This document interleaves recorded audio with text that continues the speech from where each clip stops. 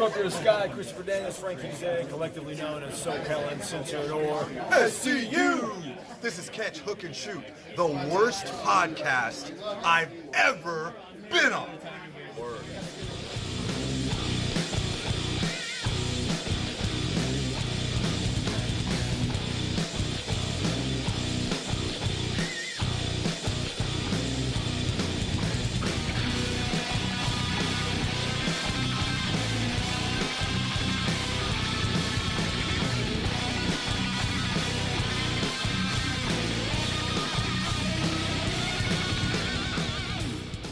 What's going on, everybody? Welcome to Catch, Hook, and Shoot, the best podcast you never heard of. My name's Tom. I am your host.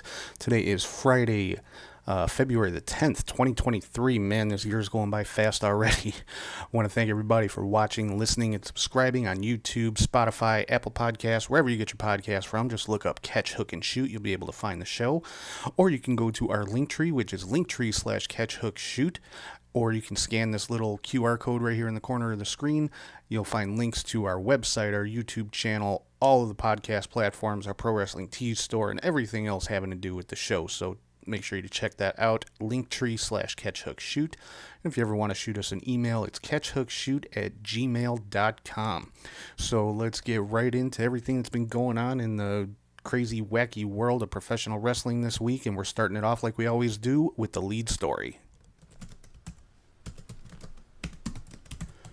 So this week's lead story, Jerry the King Lawler on Monday suffered a stroke. But apparently from all the reports, he had to have surgery, but he is expected to make a full recovery. So definitely, get well wishes to Jerry the King Lawler. And I got to say, Jerry Lawler is a tough bastard. I mean, this is, I believe, the third stroke that he's had. The man had a heart attack on live TV. And damn near died during an episode of Raw, and he's still kicking and still wrestling. And so, you can never say Jerry Lawler's not tough. There's a lot of stuff you can say about him. You can never say he's not tough. So, like I said, get well wishes to Jerry the King Lawler for a speedy recovery from a stroke that he suffered on this past Monday. And so we're going to keep rolling along here, getting into our next segment, which is the match of the week. So this week's match of the week comes from the NXT Vengeance Day pay-per-view, premium live event, whatever, but was for the North American Championship, Dijak challenging Wes Lee. My God, these two put on a match. It was the opening match of the show, and these guys, I mean, they went out there and basically said to everybody else, hey, follow this, and just a fantastic match. I love these kind of matches where it's a contrast in styles. Of course, Wes Lee, the high-flying cruiserweight type wrestler, and Dijak much more of a power wrestler. And they just put on a fantastic match. Wes Lee did retain the North American title. So if you didn't check out NXT Vengeance Day, definitely do, if for no other reason than just for this match. Like I said, it was the opening match on the show. If you only want to watch one match, make it that one, because, that match was freaking fantastic. Dijak taking on Wes Lee for the NXT North American Championship from Vengeance Day. Definitely one that you want to check out. So we're going to keep rolling right along into our next segment here, which is basically my top 3 moments of the week, I guess you could say, and we call that the 3 count. First up on the 3 count, Cody Rhodes and Paul Heyman. Good God, the promo that these two cut on Monday Night Raw was nothing short of amazing. Cody out there going through his what I would say is his standard stuff, talking about his match coming up with Roman and stuff like that. Then Paul Heyman comes down to the ring and starts talking about Dusty, and then they get into when Dusty made a few appearances for ECW, Cody saying how much he respected Paul Heyman and how much he appreciated what Heyman did for his father, and just very emotional, very just an outstanding promo from both guys. And I mean, that's nothing surprising from Paul Heyman. Let's face it, Heyman is the best promo guy in the business today, period. I don't think anybody can argue that. The next closest might be MJF, but Heyman undoubtedly for me is number one as far as promos go. So, but yeah, Cody and Paul Heyman on Raw, just, my God, amazing segment. Talking about MJF, he's up number 2 on the 3 count for his promo during Dynamite. This was after he basically beat the hell out of Takeshita, and he's being interviewed in the back, and he's telling this story about when he was in high school, and his high school crush. He finally got her to go on a date with him, and they're in the car, and he crashed his car, and he had so many speeding tickets, and his license was about to get revoked if he got one more, and he crashed the car, and the girl's unconscious, and he hears the sirens coming, and he switches places with her. I mean, just the most low down, despicable thing he could have said to end that story. And that's MJF in a nutshell. MJF never stops being a heel. He is always on. He lives the gimmick. And I mean, to the point where, apparently from the, few people that I have talked to that know him outside of wrestling, that's MJF. He really is that big of an asshole.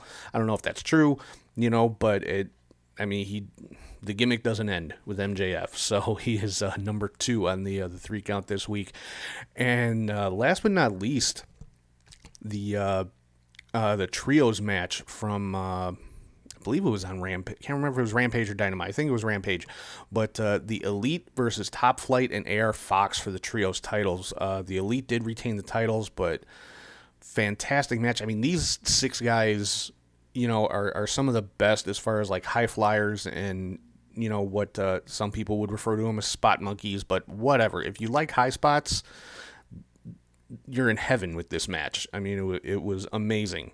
Fantastic match for, just a regular TV match. I'm kind of surprised they wouldn't have saved that one and built it up for a pay-per-view, but yeah, just an amazing trios match from AEW.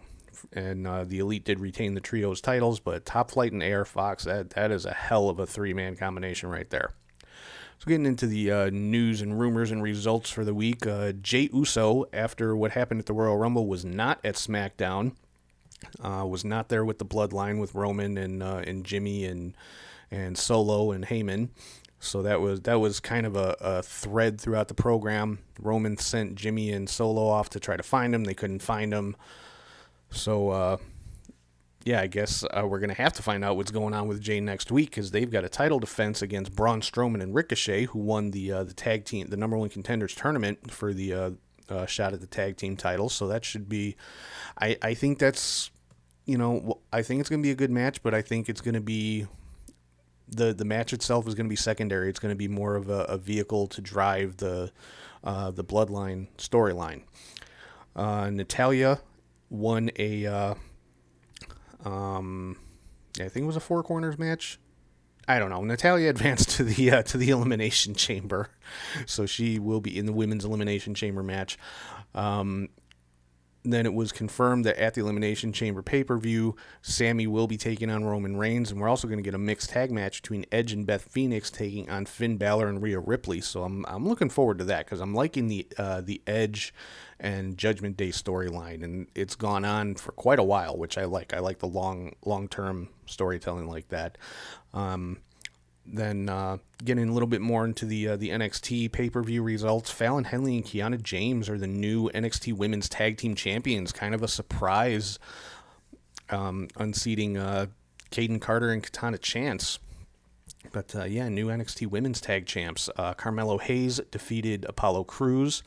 And then we saw the return of Daba Kato, formerly known as Commander Aziz, with Apollo Crews when he was doing his Nigerian Prince gimmick on SmackDown. But yeah, Daba Kato came back and looked like he was there to help Apollo Crews. And after the match, he proceeded to just beat the crap out of him. So looks like we're going to get a program with Daba Kato and Apollo Crews. That should be interesting just because of the size difference between these two guys. We also have new NXT Men's Tag Team Champions. Gallus won the titles from the New Day. And then Roxanne Perez managed to retain the NXT Women's Championship in a three-way match with both members of Toxic Attraction. And Braun Breaker retained the NXT Championship in a cage match. And yeah, that was another very good match. I would definitely recommend checking that one out as well. Then on NXT during this week, we saw the official breakup of Toxic Attraction. Gigi Dolan, JC Jane basically, handed Gigi Dolan her ass. I'll put it that way. And if you follow Gigi Dolan on social media, you'll see pictures of her face all bruised up and everything. So Toxic Attraction is no more. It was also announced that SummerSlam this year is going to be at Ford Field. That is outrageous to me because, Ford Field, they've done WrestleMania there. This is a huge stadium, so I'm going to be curious to see if they can fill it for SummerSlam. WrestleMania you expect to see in the big domes and, the 80,000 seat stadiums and stuff like that, but SummerSlam, I don't know. It should be interesting. Moving on to Dynamite, the Jericho Appreciation Society defeated Ricky Starks in a gauntlet match with the help of Chris Jericho. The idea was Starks was supposed to go through the Jericho Appreciation Society to get a shot at Jericho, and basically Starks got almost all the way through it, and Jericho was in the crowd wearing a mask and hit the Judas effect on Starks while he was outside the ring, and that was pretty much that. We've got new AEW Tag Team Champions in Colton and Austin Gunn. Defeated the Acclaimed. This was also a pretty good match, and you saw Billy Gunn come out towards the end when the Ass Boys were trying to use the title belts as a weapon, and they actually ended up taking out Billy Gunn and took out their own dad with one of the belts, and then got the pin, and they are the new champions. Now, I saw it mentioned online. This is just kind of going to be a way to get FTR back in the door and put the titles on them without FTR having to defeat the Acclaimed, or I don't know, whatever. Whatever the reasoning, the Guns are the new AEW Tag Team Champions. It was also announced that Mark Briscoe is going to be on Rampage tonight, so be interesting to see what he has to say. He is still officially one half of the Ring of Honor Tag Team Champions. They've not made any kind of announcement what's going to happen with the tag titles. Is Mark going to have to forfeit? Are they going to do a tournament? Are they going to allow Mark to choose a new partner, which I don't see happening. I don't think that would go over well with a lot of fans, with Mark just like choosing a new partner, and and obviously he's not replacing his brother. Jay Briscoe's irreplaceable. If you've seen or know anything about Jay Briscoe, irreplaceable, but I just don't think that would go over well with the fans for Mark to just pick a new partner. So, and I don't even know if they're going to touch on the tag title situation. They just said Mark Briscoe's going to appear on Rampage, so it should be interesting to watch. Some other kind of cool news. Impact announced that they're going to be putting on a show with New Japan called Multiverse United, and they've announced the first two matches for this show, and just based on these two matches, I want to go. Josh Alexander taking on Kushida, that right there is worth the price of admission. But then you've got Will Ospreay taking on Speedball Bailey. I hope the cameras can keep up with that match, and I'm just happy I don't have to call it, because we all know how much I love calling these super fast-paced matches and stuff like that. But that is already shaping up to be a very, very good show. So that's going to wrap up the news and rumors for the week. So right now, I'm going to throw it over to Charlie G, and he's here with the Indie Cut. I don't know if you like podcasts or if you don't like podcasts, but damn it, the Indie Cut with Charlie G. If you don't like podcasts, you're about to like podcasts, go watch the Indie Cut with Charlie G, damn it. It's the finest podcast amongst all podcasts.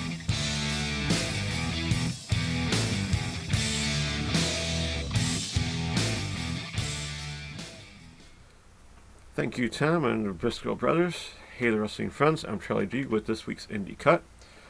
We begin with Thursday, February 2nd, and Revolver Wrestling, a night at the Moxbury from Dayton, Ohio. I did not know about the show. I wish I did, because it sounded really good. It was on Fight TV, and Jon Moxley was actually on commentary. That had to be something else, right? Evil Uno defeated Jay Chris. Marina Shafir defeated Blair Onyx. Mike Bailey defeated Gringo Loco, Jarrett Diaz, Jessica, Madman Fulton, and Tyler Matrix in a 6-way scramble. That's some talent right there. In a pure rules match, Wheeler Yuta defeated JT Dunn. For the Revolver title, in a no DQ match, champion Steve Macklin defeated Crash Jackson. For their tag titles, Ace Austin and Chris Bay defeated the champions Dan the Dad and Jake Manning to become the champions. Billy Starks defeated Allie Catch. So nice to see Billy out and about in all these promotions now. For their remix title and prestige title, Falls Count Anywhere Super Kick match, champion Alex Shelley defeated Rick Swan. And then in a no DQ 6-man tag team match, the Rascals of Minor Reed, Trey Miguel, and Zachary Wentz defeated the second gear crew of the One Commanders, Mance Warner, and Matthew Justice. Sounds like an outstanding show. Great to see all those people in action. And Moxley on commentary. I can only imagine, right? I'm sure he's way better than me, right? On to Friday, February 3rd. House of Glory, The Beginning. A Jay Briscoe tribute show on Fight TV as well. For the House of Glory tag titles, the main event, Jay Lyon and Midas Black retained against Amazing Red and BXL.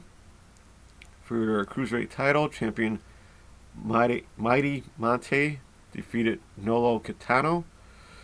For their women's title, champion Ultra Violet retained against Viva Van.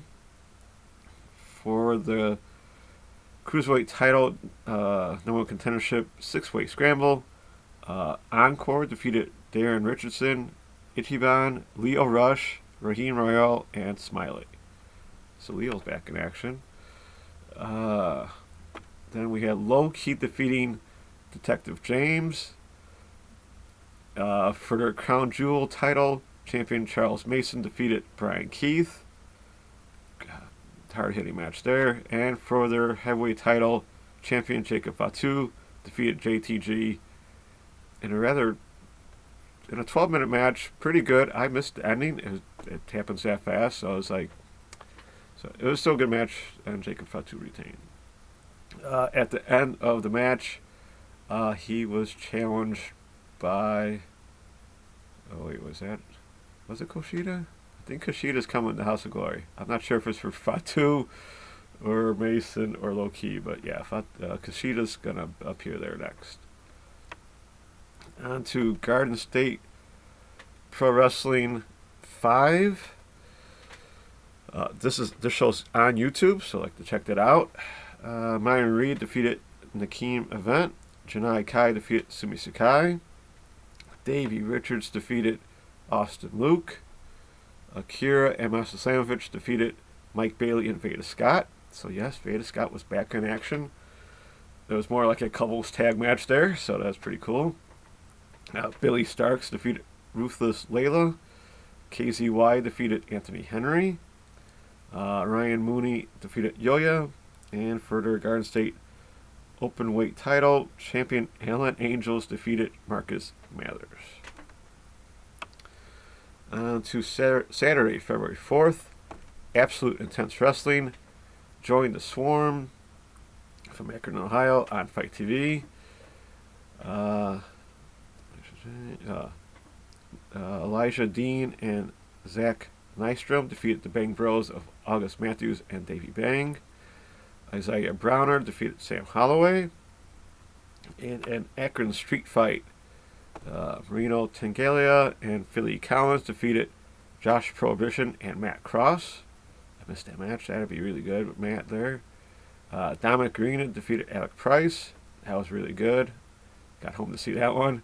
For their AIW tag titles, champions Eric Taylor and Mike Montgomery defeated Arthur MacArthur and Chuck Stone.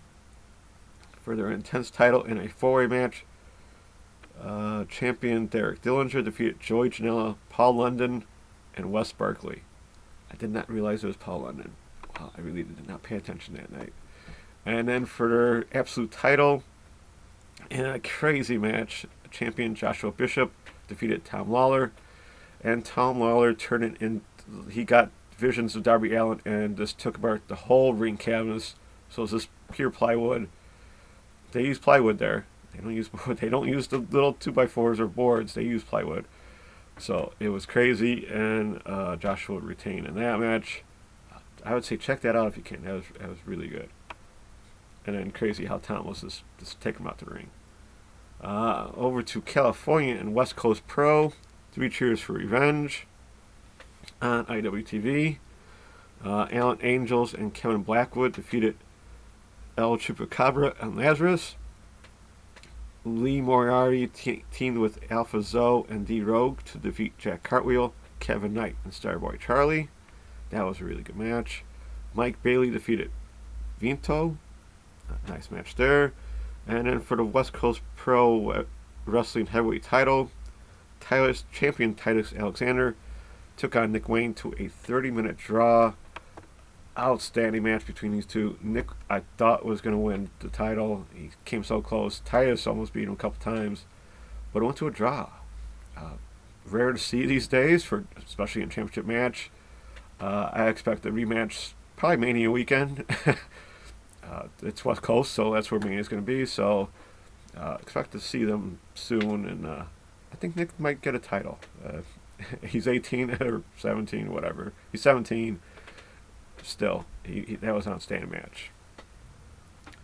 Moving on to Sunday, February 5th, and we go to Rev Pro live in London 70. Got to help out with Ospreay's stuff. We got for the Rev Pro Undisputed British Cruiserweight title, champion Robbie X defeated Kid Lycos. Michael Oku defeated Eddie Dennis. For Southside Women's title, champion Danny Luna defeated Jody Threat.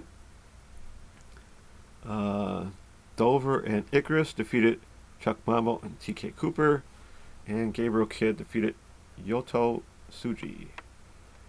Down to Mexico, and the reason I'm wearing the shirt today. This bit was probably a spoiler because I don't think this was shown live, but they held their Raid the Rays 2023. This is where you win that really fancy sword, and they also had a women's bracket, so it looked like a fancy double-sided axe. It almost looked like from He-Man. I mean, the sword looks from He-Man. The axe looks like it's from He-Man also. So this is pretty much spoilers because, like I said, I don't think it was shown. We'll start with the 6-man tag of Kuka, La Parca Negra, and Nisakawa defeated Eternal Acklander, Mr. Iguana, and Nino Hamburguesa. We'll start with we'll do all the cards. Semifinals were Sam Adonis defeating Ariz, Puma King, and Vampiro. They also had Bandito defeat Commander, Abismo Negro Jr., and Psycho Clown. Pagano defeated Aramis, Bestia 666, and Flamita. And they did Vikingo defeated Mecha Wolf, Mr. C's Jr., and Negro Casas. Wow, this card sounds... I can't wait to see this show. And then, okay, so there was no bracket for women. So it was Sexy Star defeating Chica Tormenta, Dalise, Lady Shani, and La Hydra. So Sexy Star, the new Sexy Star is your Reina de Reinas winner. And then in the Ray de Rays final, it was Sam Adonis defeating Bandito, Pagano, and Vikingo. So Sam, I don't know who he pinned. I did not look that up. I want to be surprised when I watch this match. But yes, Sam is your Ray de Rays champion and holding that sword very proudly. So congrats to him. Now over to Japan and back to Saturday, February 4th. And Stardom 12th Anniversary Supreme Fight Show. I have not seen this yet. I'm sure my buddy DJ Anses might have shown this. So they had a roulette match, almost like a battle royal, and Saki Kashima won that. I'm not going to go through all the names. For their Triangle Derby matches, we got Hazuki, Kaguma, and Saida winning their match in just a 6-woman tag. Amy Shirai, Suri, and Konami defeated Azumi, Lady C, and Utami Hayashita. For the Goddesses of Stardom title match, champions Nane Takahashi and Yu defeated Himeka and Maika. For the Women of Stardom title, champion Saya Kamitani defeated Momo Watanabe. And for the World of Stardom title, champion Julia defeated Suzy Suzuki. And I'm sure a great match because it was 25 minutes. Wow. Then New Japan started their new beginning in Shapiro shows. And a little news here with Tamatanga, Hikuleo, and Jay White all appeared. So I don't think they're headed to the E just yet. They had the IWGP Junior Heavyweight Tag Titles. Champions Francisco Akira and TJP defeated Doki and Kanemaru. Will Ospreay defeated Taichi, and Naito defeated Shoto Umino in 32 minutes. Holy cow. Need to go back and watch that match. Sunday, February 5th, they continued their New Japan continued their Shapiro shows, and they had the IWGP Tag Titles. Champions Hiroki Goto and Yoshihashi defeated Mikey Nichols and Shane Haste. For their TV title, champion Zack Sabre Jr. defeated Tomohiro Ishii. And for their junior heavyweight title, champion Hiromu Takahashi defeated Io. I saw some of that. It was like 11 o'clock at night. I was like, wow, finally. Thank you, New Japan, for 11 o'clock at night here in Chicago.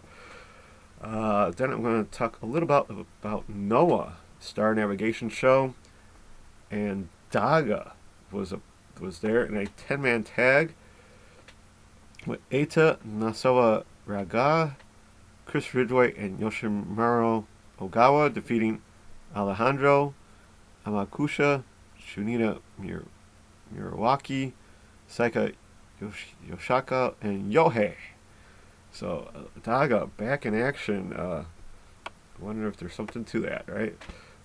For their national title, champion Dr. Wagner Jr. defeated Manabu Soya. There was a Tokiyoshi Pro somewhere in that last week. I could not find any results. It's pretty much they just wrestled on a mat. They went back to the original way they wrestled.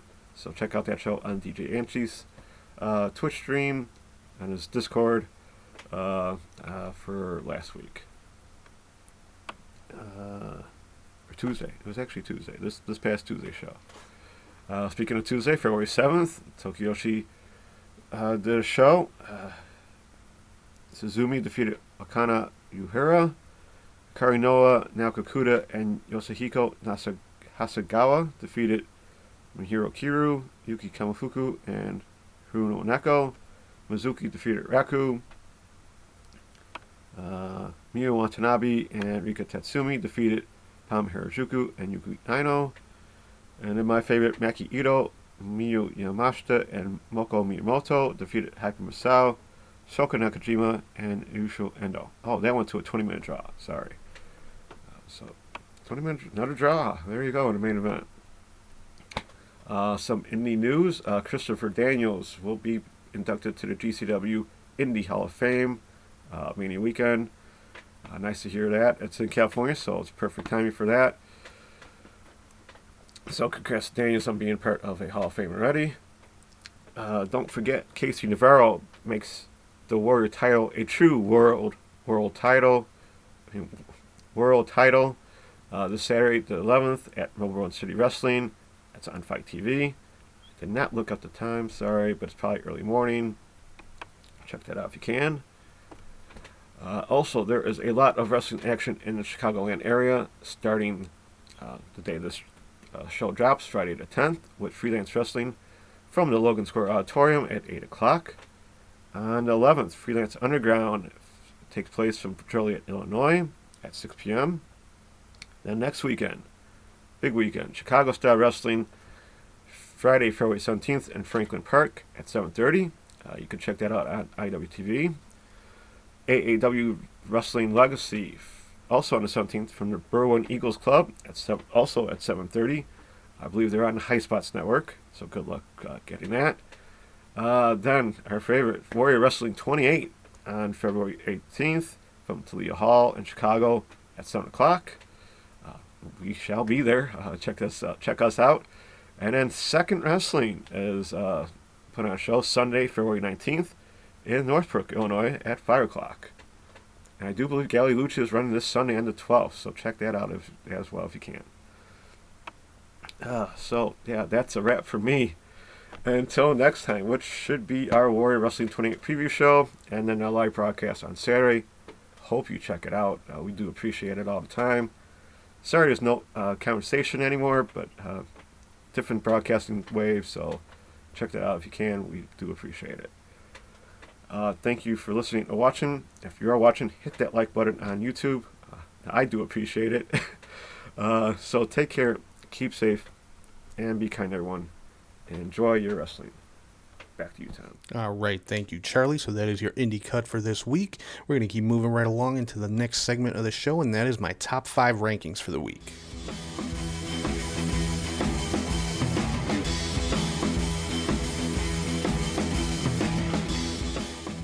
So top 5, and this is just, I said it before, it's my own personal top 5. They're not in any particular order. They're just, to me, the 5 wrestlers who, in my opinion, had the best week.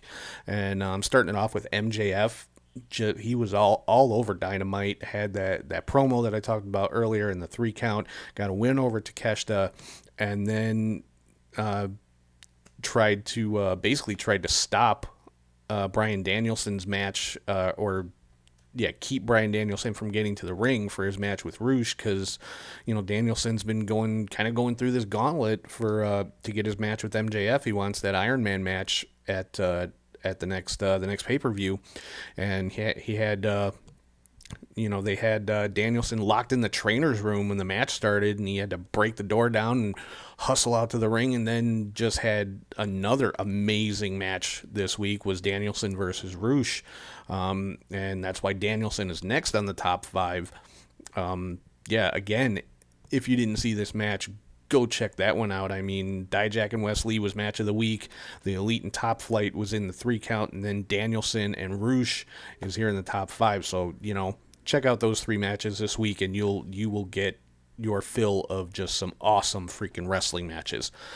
Next up on the top 5 is Cody. Again, that promo with him and Heyman was just outstanding. I don't know what else to say about it. So just best promo of the week, I'll put it that way. The next would be Sami Zayn. The segment with him and Roman on SmackDown last week was great. Sami coming out, attacking Roman, kind of getting the upper hand on him until Jimmy and Solo hit the ring, because Roman had sent them off to go eat catering. But he hit a spear on him and basically challenged him for the title, and then that's how we found out we're getting that match at the Elimination Chamber pay-per-view. And then last but definitely not least in the top 5 rankings is Roxanne Perez, in that triple threat match with Toxic Attraction retaining the title. I mean, just to see how far Roxanne has come in such a short period of time. I mean, I'm sure, if you're a fan of the indies, you remember her as Roxy from Ring of Honor. She was a Ring of Honor Women's World Champion, got signed to NXT, defeated Mandy Rose to win the NXT Women's title. I mean, she has just advanced leaps and bounds, and rightfully so. She is so freaking talented. I mean, I've had the pleasure of calling one of her matches at Warrior Wrestling, and she is no joke. I mean, so she's definitely one of the top talents in women's wrestling right now. So I'm gonna be excited to see what happens with her when she gets to the main roster. So that's going to round out the top 5 for this week. Next up on the show is where I get to play armchair promoter, and we call that the fantasy booker.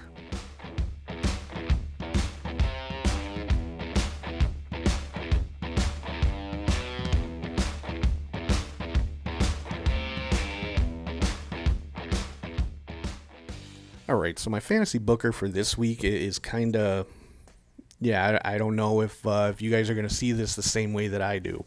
Kind of old school versus new school, but very traditional wrestling as far as like good guys and bad guys, heels and baby faces. MJF and Dusty Rhodes. I mean, think back to the days of Dusty and Ric Flair and all the promos they cut on each other, and then the just amazing matches that they had. The matches almost became secondary to their promos, and I think with MJF it'd be very similar. I mean, we legitimately could have seen something like this with MJF and Cody, but they had a brief program in AEW, but nowhere near the length of Dusty and Flair's feud. But I think MJF and Dusty, just the promos these two would cut on each other. I mean, it would be Oscar worthy is the only way I can describe it. Just listening to these two tear into each other, and then the matches, I could see Dusty and MJF having a couple 60-minute Broadways. So like I said, very old school as far as heel baby face. It would be very much in the same vein as Dusty and Flair, but I think MJF with his heel tactics and his heel promos, I think he even takes it to another level than Ric Flair did. So and Dusty, of course, the quintessential babyface, man of the people. Everybody loved him, and the same way that everybody hates MJF. So I think it would make for a great, not just a great match, but a great rivalry. Long term, I think it would have been amazing. And obviously, I'm talking about both in their prime, which for MJF is pretty much right now, and for Dusty would have been like mid 80s. So, but MJF and Dusty Rhodes is the fantasy booker for this week. And so to wrap the show up, our last segment of the week is where I give kind of a controversial opinion that not a lot of people might like, and we call that the weekly hot take.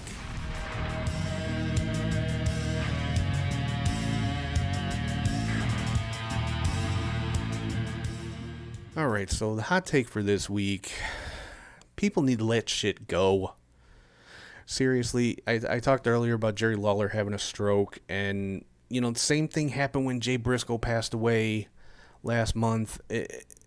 People want to bring up all the bad shit from their past. Lawler got accused of, some stuff back in '93. I'm not even going to get into the details of it.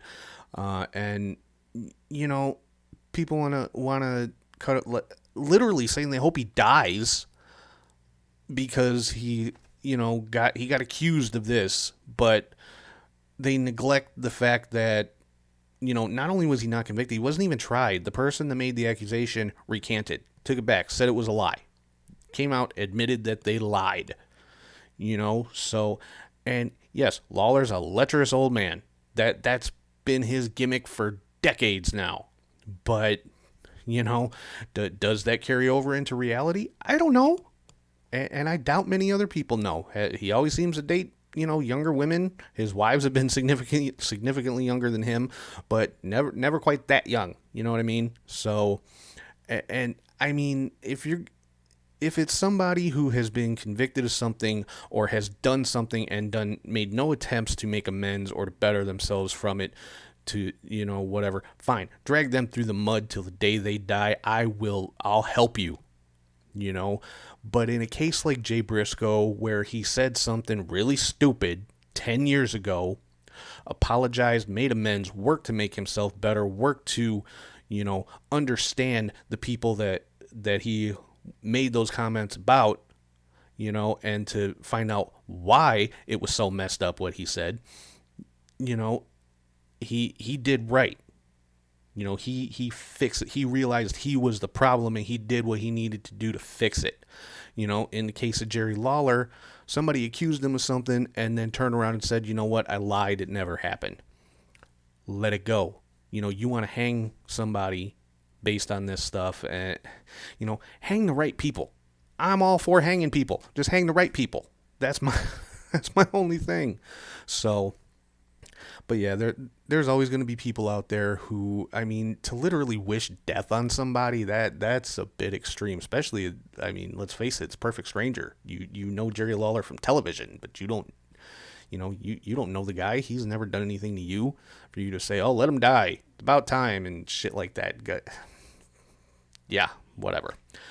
So that's going to do it for the hot take for the week. That's going to wrap up the show. Again, I want to thank everybody for watching, for listening, subscribing on YouTube or Spotify or wherever you get your podcast from. Like I said, look up Catch, Hook, and Shoot. You'll be able to find the show, or go to Linktree/Catch, Hook, Shoot. Scan this little barcode right here in the corner, and you'll find links to all of our social media, the website, all the podcast platforms, our YouTube channel, Pro Wrestling Tees store, and all that kind of fun stuff. If you ever want to shoot us an email, it's catchhookshoot@gmail.com. And yeah, coming up actually next weekend is the next Warrior Wrestling show, which Charlie and I will be doing live commentary from. So definitely looking forward to that. And hopefully on next week's show, I should be having an interview with Steve Tortorello, the owner of Warrior Wrestling. Have not confirmed that yet, but that's the hope to go over the card.